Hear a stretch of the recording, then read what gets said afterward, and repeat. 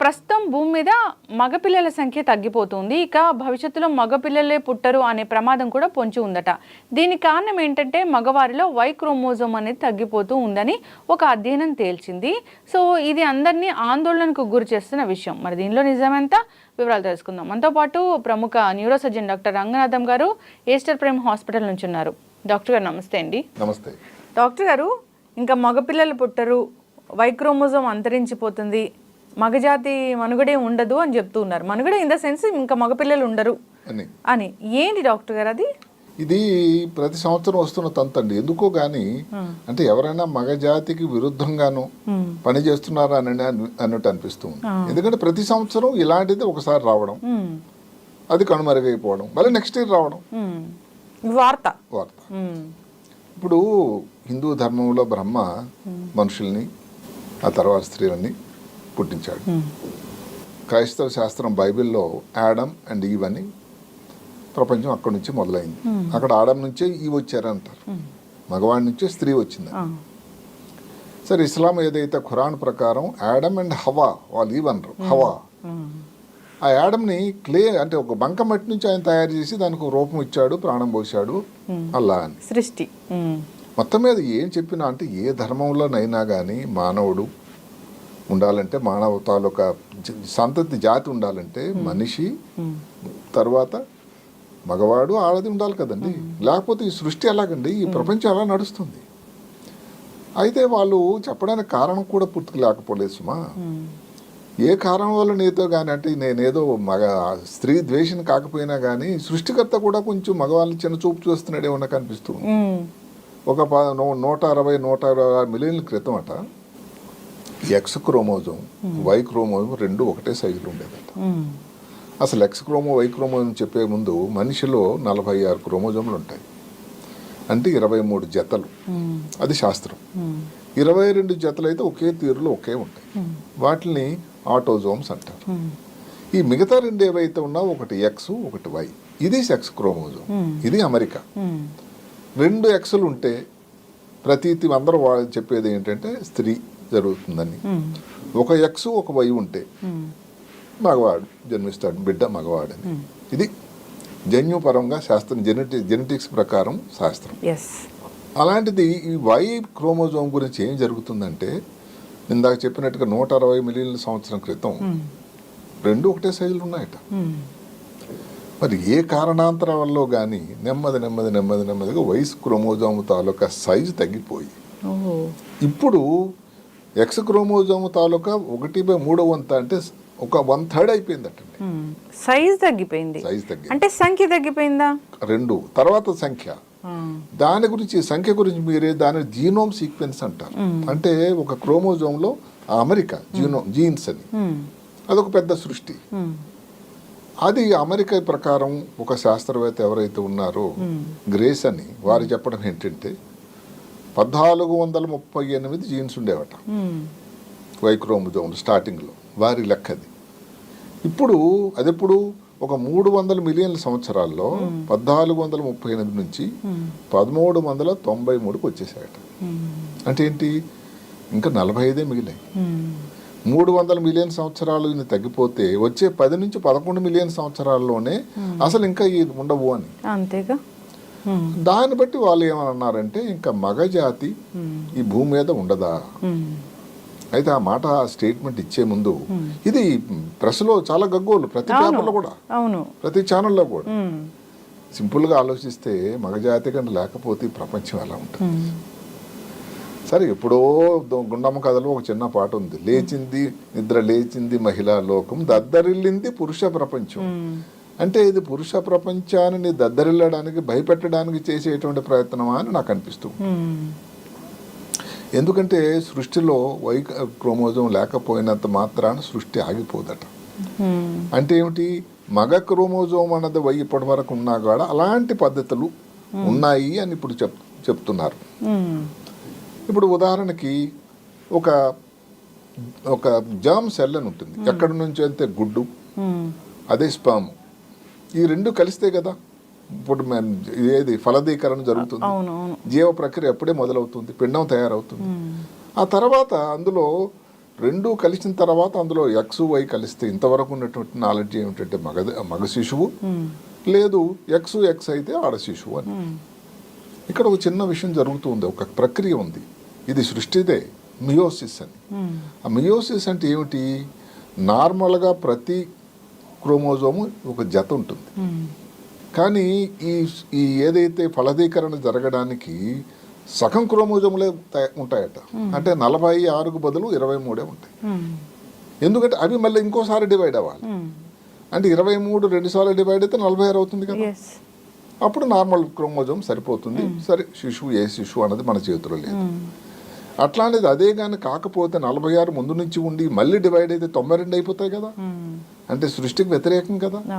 అందుకని ఈ మియోసిస్ ప్రక్రియ అన్నది జరుగుతూ ఉంటుంది. ఇంకా ఒక 2 మాటలు మనం మాట్లాడుకోవాలి. జెనెటిక్ మ్యూటేషన్ అని అసలు ఈ మాట ఎందుకు వచ్చింది అని చెప్పడానికి. జెనెటిక్ మ్యూటేషన్ అంటే ఏదైతే మనం జీనోమ్ సీక్వెన్స్ ఏదైతే అనుకున్నామో అందులో కొన్ని ప్రతిసారి వైరస్ ఎలాగైతే మ్యూటేషన్ అయింది అని మనం చెప్పుకున్నామో అలాగే మారుతూ ఉంటాయట. అది అవసరం కూడా. కానీ హద్దు దాటి కానీ ఏదో మోతాదు దాటి కానీ పెరిగింది అనుకోండి మ్యూటేషన్, అది ప్రమాదం కదా. ఏదైనా జెనెటిక్ డిజార్డర్స్ రావడం, జబ్బులు లేనిపోవడం అన్నీ వస్తూ ఉంటాయి. అలా వచ్చిన అవును.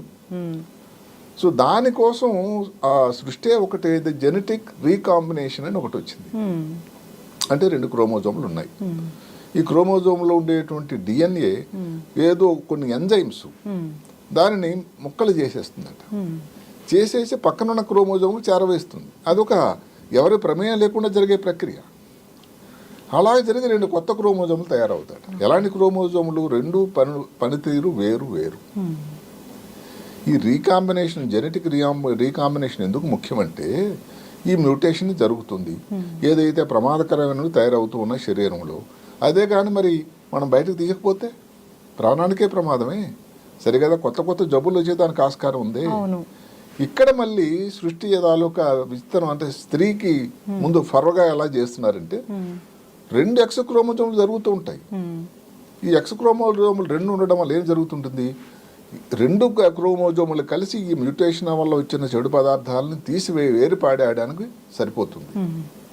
2 వై క్రోమోజోములు ఇంతవరకు లేవు. ఎక్స్ వై ఉంది కానీ 2 వై క్రోమోజోములు లేవు. దయచేసి అందరూ గమనించండి. ఈ 2 వై క్రోమోజోమ్ లేనప్పుడు ఇక మిగిలింది ఏంటి? ఏకాకిగా 1 వై క్రోమోజోమ్. ఎంతవరకు తీస్తుంది ఈ చెడు పదార్థాలు?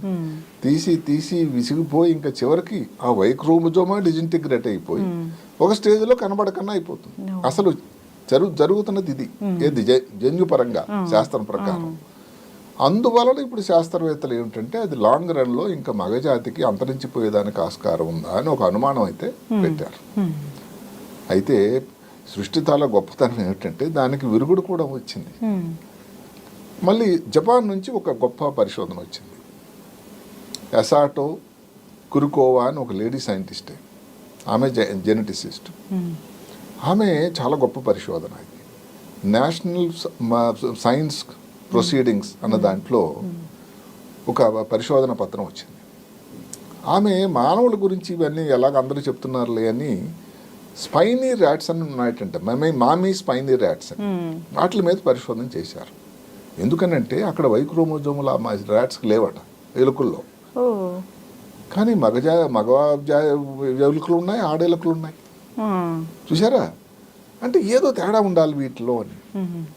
అంటే వై క్రోమోజోము తాలూకు పనిచేసేటువంటివి ఎక్స్ క్రోమోజోముల్లోనే ఉన్నాయి. ఓకే. అయితే ఎక్స్ క్రోమోజోములో ఎక్కడుంది, నిజంగా ఉందా లేదా అని నెక్స్ట్ పరిశోధన స్టెప్. అది ఎంత గొప్పగా చేసిందంటే ఆమె 3వ నంబర్ క్రోమోజోమ్ దగ్గర SOX9 అని జీన్ ఉందండి. అంటే జీనోమ్ సీక్వెన్స్ అంటే ఎంత ప్రగతి చెందిందని చెప్తున్నాను. ఆ SOX9 జీన్ దగ్గర అంటే 3వ క్రోమోజోము 3 జీన్ అనేది SOX9. దాని దగ్గర ఒక చిన్న ఏదో సినిమాలో కలుస్తున్న ఒక మెరుపులాగా ఒక DNA మెటీరియల్ కనబడింది. ఈ DNA మెటీరియల్ మగ సంతతి కోసం ఉపయోగపడే మెటీరియల్ అట. సరిగదా? ఈ SOX9 దగ్గర ఇది కేంద్రీకృతం అవ్వడం వల్ల ఇది డూప్లికేషన్ అంటారు. అది ఇంకో మాట ఉంది ఈ జన్యు శాస్త్రంలో. ఆ శక్తి ఏదైతే మగతనం వచ్చేదానికి శక్తి ఇంకా ద్విగుణీకృతం అవుతుంది. అందువల్ల వై క్రోమోజోమ్ ఉన్నా లేకపోయినా కూడా ఈ మగ ఏదైతే ఎలుకలను జరుగుతూ ఉన్నాయి అలాంటప్పుడు మానవుల్లో కూడా అదే జరుగుతుంది అని వారు ఒక నిర్ధారణ చేశారు. ఒకవేళ ఇది డిజపేర్ అయినా ఏం ప్రాబ్లం లేదు, సో ఎక్స్లోనే వై క్రోమోజోమ్ కూడా ఉంది, తయారవుతుంది తయారవుతుంది ఆ గుణంతో అని ర్యాట్స్ లో ఉంటే అది నెక్స్ట్ ఇంకా మగవాళ్ళకి అది ఎక్స్ట్రా. అవును. ఇంకోటి ఏంటంటే ఈ శాస్త్రవేత్తలు ఎవరైతే ఇంకా ఏదో ఒక పెద్ద ప్రమాదం వాటిల్తుందని చెప్పే వాళ్ళు కూడా 11 మిలియన్ సంవత్సరాలు జరగబోతుంది అని. ఎక్కడండి 11 మిలియన్ సంవత్సరం అందరం ఉంటామా? ఎన్ని తరాలు గడిచిపోతాయి. కానీ అప్పుడు కూడా జరగదు. అంత లోపల ఇంకా సృష్టి తనంతర తానే దానికి ఒక ప్రయత్నం చేస్తున్నది అని వారు చెప్పారు. సో మ్యూటేషన్ అనేది వేరే వేరేగా జరుగుతూ ఉంటుంది. సో డిఫరెంట్ గా ఈ పరిణామ క్రమం అనేది వేరేలా ఉంటుంది.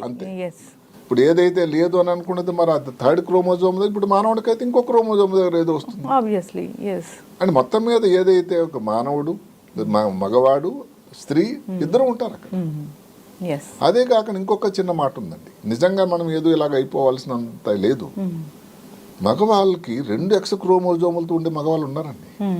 అమెరికాలో 20,000 మందిలో ఒకరు 2 X క్రోమోజోములు ఉన్నవాళ్ళే, మగవాళ్ళే. వాళ్ళు చూడడానికి మగవాళ్ళు, అన్ని అవయవాలు వాళ్ళకి బాగానే ఉంటాయి. అయితే ఒక్కటే ప్రాబ్లం వల్ల ఏంటంటే ఏదైతే వృషణాలు అంటాం, టెస్టిస్, ఎక్కడ నుంచి అయితే ఈ స్పెర్మ్ తయారవుతుందో ఆ తయారీ వాళ్ళలో కొంచెం లోపిస్తుందట. ఏజూస్పెర్మియా అంటారు. అదే కాకుండా ఈ గైనకోమేజా రొమ్ములు కొంచెం మగవాళ్ళు పెద్దగా ఉండవు, ఇలాంటి కొన్ని లక్షణాలు వాళ్ళు పడుచూపుతున్నాయి. అందువల్ల వాళ్ళు పిల్లలు పుట్టడానికి వాళ్ళలో ఉంటుందా లేదా అనేది డౌట్ అయితే ఉంది. అంటే వాళ్ళలో ఎక్స్ క్రోమోజోమ్ మాత్రమే ఉంటాయి, వాళ్ళు XY ఉండదు. అంటే అది ఎంతమందిలో 20,000 మందిలో ఒకరు. ఇప్పుడు అమెరికా ఉన్న పాపులేషన్ ప్రకారం దగ్గర 7,500 మందిలో ఉన్నారట ఇప్పుడు అమెరికాలో. ఇప్పుడు మన దేశంలో రండి, మనం అలాగే చూసుకున్నట్టయితే ఇప్పుడు ఇంతమంది కోట్ల ప్రజల్లో దగ్గర 75,000 మంది ప్రజలు ఉన్నారు. అంటే వీళ్ళలో ఎంతమందికి పిల్లలు ఉన్నారు లేదు అని ఇంకా పెద్ద పెద్ద స్టడీ చేయాల్సి ఉంటుంది. అంటే వీళ్ళ నుంచి బేబీస్ వస్తే ఆ బేబీస్ కూడా XX బేబీసే వస్తారా? అది ఇంకా పరిశోధనలు రాలేదు. మొత్తం మీద ఏంటంటే అసలు బేబీలు పుట్టడానికి ఏదైతే స్పెర్మ్ అన్నది అవసరమో, గుడ్డు ఎలాగైతే ఉంటుందో స్త్రీ నుంచి స్పెర్మ్ అనేది అవసరం కదా, రెండు కలిస్తే కదా జరుగుతుంది. ఆ స్పెర్మ్ అన్నది కౌంట్ తక్కువైపోయి దానిని ఆంగ్లంలో ఏజూస్పెర్మియా అంటారు. కౌంట్ తగ్గిపోయింది అంటారు, స్పెర్మ్ కౌంట్. అందువల్ల వాళ్ళలో పిల్లలు ఎంతమంది పుడతారు ఎందుకంటే ఉన్న శాతం తక్కువ. దాని మీద ఆ దృష్టి పెట్టి పరిశోధన జరగలేదు. నేను కూడా అది కూడా దృష్టి పెట్టి పరిశోధన చేస్తారు.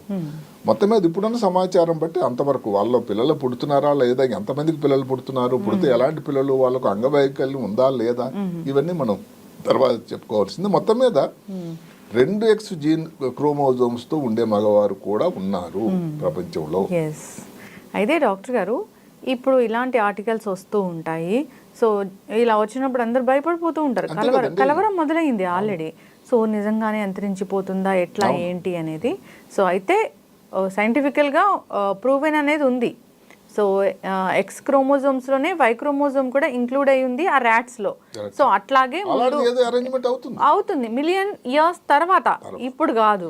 అందుకనే ఆ మహానుభావుడు శాస్త్రవేత్త ఏందో, మగవాళ్ళు మీకు అభయస్తం ఇస్తున్నా, ఏం భయపడకండి, ఇంకా మీరు తప్పకుండా ఈ ప్రపంచంలో ఉంటారు, ఇదేదో ఆఖరి రోజు వచ్చేలేదు, ఏం భయపడకండి అని ఆయన చాలా సంతోషకరమైన వార్త మగజాతికి అందరు కూడా ఇచ్చాడు. మొత్తం మీద ఏమిటంటే హాస్యాస్పదం పక్కన తీసి పెడితే, మొదట మనం స్టార్టింగ్లో అనుకున్నట్టే ఇది ప్రపంచం నడవాలి అంటే అక్కడ ఏ శాస్త్రం, ఏ సిద్ధాంతం, క్రైస్తవ సిద్ధాంతం లేకపోతే ఇస్లాం ఖురాన్ కానీ, బ్రహ్మ పురాణం దాని కానీ, మగవాడు స్త్రీ లేకుండా అసలు సంతతి ఎలా అవుతుందండి, ప్రపంచం ఎలా నడుస్తుంది?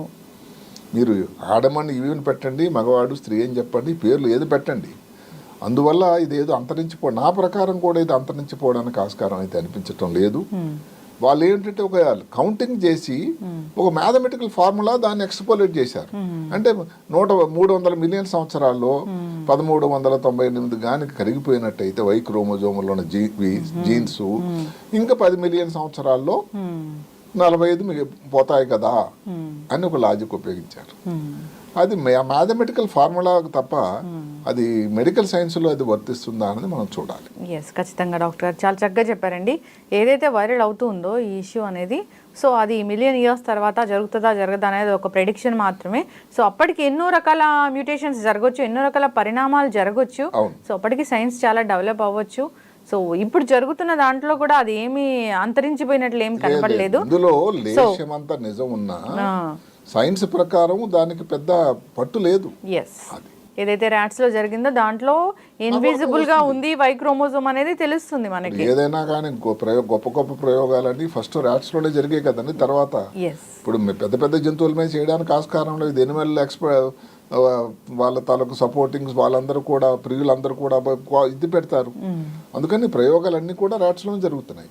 వారు చాలా గొప్ప ప్రయోగం చేశారు. ఎంతవరకు నిర్బంధంగా చెప్పారంటే అన్ని ఎక్స్ క్రోమోజోములుండి కూడా మగ ఎలుకలు ఆడ ఎలుకలు ఉన్నాయి అంటే అర్థం ఏంటి? జరుగుతూ ఉంది ఆ ప్రక్రియ. అవును, ఆబ్వియస్లీ మీరు అన్నట్లు అమెరికాలో కొంతమంది, ఇక్కడ కొంతమంది వేల సంఖ్యలో కూడా ఉన్నారు. వాళ్ళలో ఇప్పుడు ఏంటంటే ఈ జెనెటిక్ కోడింగ్ అని ఒకటి వచ్చిందని ఇప్పుడు కొన్ని జబ్బులు కూడా చేస్తున్నారు. అది ఎలాంటిది? ఇప్పుడు ఈ మాటకి ఇప్పుడు XX తో మగవాళ్ళే ఉన్నారనుకోండి, ఏమో జెన్యు కోడింగ్ చేసి వాళ్ళని ఉండొచ్చు, అడ్జస్ట్మెంట్ ఏదో చేస్తారేమో ఏదో ఒక క్రోమోజోమ్ కి. ఇప్పుడు ఈ ర్యాట్ లో కూడా మయామి ర్యాట్ లో కూడా ఇంకొక మోలోవెల్ ర్యాట్ కూడా ఉందట అక్కడే జపాన్ లోనే. అందులో కూడా ఇదే పద్ధతి. సో ఏదైతే ఒక్క క్రోమోజోమ్ 3లో ఈ SOX9 జీన్ ఒక్కటే, దానితో మగ ఎలుకలో పుట్టడానికి సరిపోతుంటే ఇంక ఇబ్బంది ఏంటి చెప్పండి? ఖచ్చితంగా డాక్టర్ గారు, సైన్స్ అనేది రోజు రోజుకి అభివృద్ధి చెందుతూ ఉంది. సో అయితే దీనికి సంబంధించి కూడా ఇంకా జరగచ్చు. సో జెనెటిక్స్ కూడా చాలా మన దగ్గర కూడా అభివృద్ధి చెందే ఉంది. సైంటిఫికల్ గా అది చాలా అభివృద్ధి చెందే ఉంది. గర్భవతిగా ఉన్నప్పుడు ఎంతో మంది జెనెటిక్ టెస్టింగ్ చేసుకుని చిన్న చిన్న అనుమానాలను నివృత్తి చేసుకుంటారు. అవును. ఎస్, అలాంటిది ఈ రోజున ఏదో ఒకప్పుడు లాగా ఎక్కడో ఉందని కాదు. ఆ సౌకర్యం మన రాష్ట్రంలో కూడా ఉంది. కాబట్టి భయపడాల్సింది అయితే లేదు.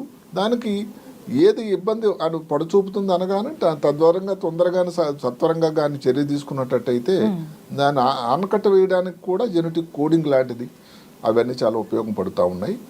అదొక పెద్ద జెనెటిక్ ఇంజనీరింగ్ కొద్ది సబ్జెక్ట్. అవును డాక్టర్ గారు, ఎస్ ఖచ్చితంగా అండి. సో అది మనం ఇంకా నేను అనుకోవడం ఇప్పుడు ఇలాంటి స్టోరీలు వచ్చిన తర్వాత జెనెటిక్ ఇంజనీరింగ్ తాలూకా ముఖ్యత ఇంకా పెరుగుతుంది. అవును, ఎస్ ఖచ్చితంగా అండి. చక్కటి ఇన్ఫర్మేషన్ డాక్టర్ గారు. సో మగజాతి అయితే ఏం అంతరించిపోదు, భయపడాల్సిన అవసరం అయితే లేదు. ఎస్, ఈ వార్త విన్నప్పటి నుంచి అందరూ కలవరపడుతూ ఉన్నారు. సో అసలు దీంట్లో వాస్తవం లేదనే అనుకోవాలి. సో ఎక్కడో చిన్న విషయం దానికి సంబంధించింది ఉన్నా అది అసలు డిజపియర్ వేసినా కానీ వాళ్ళు చెప్పింది తీసుకున్నా కూడా 11 మిలియన్ల సంవత్సరాలంటే ఎంత అండి? ఇదేదో రేపు ఎల్లుండి కాదు కదా. ఇప్పుడు నుంచి వరి అయిపోవడం అదే కాకుండా ఇదేదో దీనికి ఎందుకంటే పస తగ్గిపోయింది ఈ స్టడీ కంటే ప్రతి సంవత్సరం ఇలాంటి స్టడీ వస్తుందట. నేను నిజానికి ఇంతకుముందు అబ్జర్వ్ చేయాల. ఈ సంవత్సరం వచ్చిన స్టడీ ఎప్పుడైతే కొన్ని రోజుల క్రితం 10 రోజుల క్రితం వారం క్రితం వచ్చింది ఇది. అంటే అంత గగ్గోలు వాళ్ళు మరి వెనకబడిపోతుంది, మళ్ళీ నెక్స్ట్ ఇయర్ వస్తుందట. కాబట్టి దానికి అంత పట్టు లేదు, భయపడాల్సింది అయితే ఏం లేదు. ఖచ్చితంగా డాక్టర్.